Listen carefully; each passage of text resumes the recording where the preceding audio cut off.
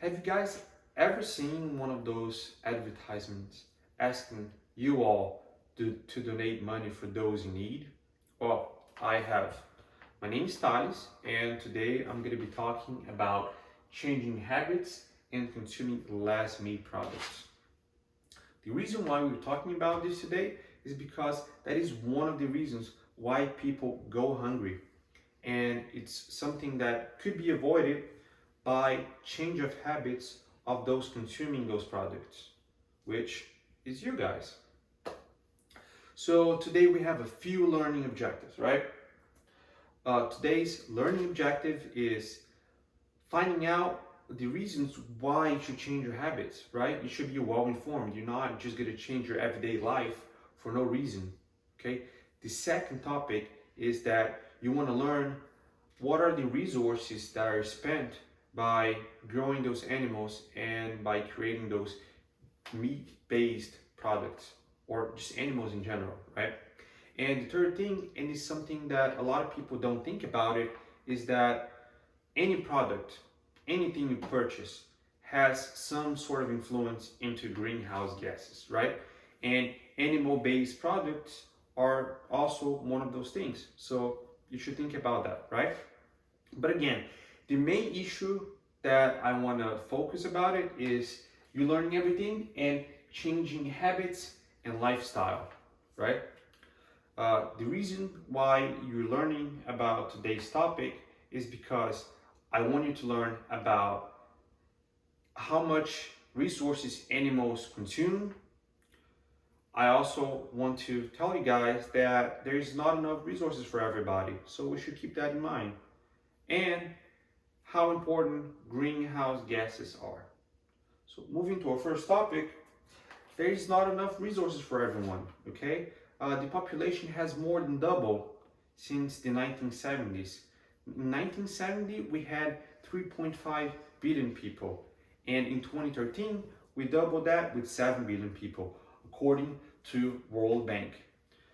25,000 people go hungry every day.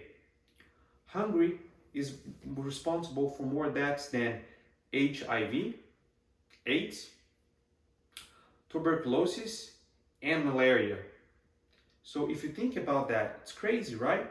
Because we can go to the supermarket, purchase some bacon, purchase some cream cheese, some chips, right? And everything's great and perfect. But the reason why this happens is because of supply and demand. There's not enough resources to make more food, and food itself takes some resources to be produced, and that costs money. With more people, the supply of food stays the same, but there is more demand, and that is why people go hungry.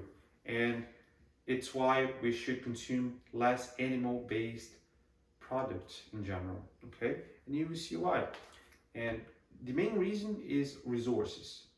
It takes a lot of resources to produce any animal-based product. The resources, right? So in order to create 1 pound of beef, okay, or meat in general, it's gonna take 2,400 gallons of water, which is insane, okay? 2,400 gallons of water is equivalent to this truck full of water, okay? And if you compare that to this crate, it's 25 gallons for 1 pound of wheat, okay? And that comes from PETA. And nearly 60% of the land designated to agriculture goes into production of beef, even though beef only accounts for 2% of the calories consumed worldwide. And the main reason of that is because beef itself doesn't have a lot of calories, okay? And second is because beef is expensive, and not every country is like the United States and we have money to pay for food. So generally plant-based products are also cheaper, okay? So think about that. And if you think about it, 60% of the land of agriculture is designated just to beef. It shows how much land you need just to make meat, okay? Which is crazy, honestly. The next topic is greenhouse gases, which a lot of people don't realize how much it affects us, right? So a lot of people focus in their electric vehicles, they want to save the environment and they don't want to burn gas and do all that stuff, right? But you guys got to think about it. There are other stuff that also influences into that. And one of those things is your diet, and that's where you can make the difference, okay? So the top 5 dairy and meat companies produces more greenhouse gases than Exxon, than Shell, and BP, which is crazy. And you can clearly see in this graph right here, right? Also, to make 1 kilo of beef, you averagely, it takes 60 kilos of greenhouse gases, right? And if you compare to rice as an example, right? It's only 4 kilos, which is a massive difference. And that comes from Forbes. So it's a great source, right?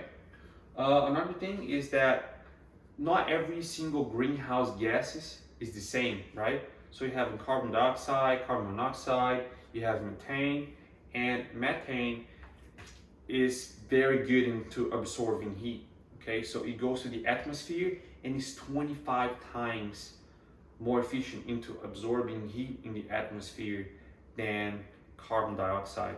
So methane is created by cows and any animals. It's created in the process of digestion, and that's why generally animal-based products generate so much greenhouse gases, right? So help out the environment and change your habits, right? In general, we talked about how much resources animals and animal-based products takes to be produced and created, okay? We talked about also there's not enough resources for everyone, and over the time when the population grows, that's going to be an even bigger issue because we only have so much land, right? And the last issue is greenhouse gases. So if you want to help the environment, stop global warming, we should think our diets and the way we eat, the way we act, because it clearly results in a better environment for us and for our future generations. And my last topic, and the one that I want to stay with you guys, is that small habits can make a lot of difference. In order to change the world, you don't necessarily have to make something revolutionary, right? Small steps can help a lot. If you are able to change your habits and someone at your house is also able to change their habits and they convince someone, it just keeps spreading, okay? And that way you change the world. So keep that in mind. Change your habits, change your diets. Thank you for listening.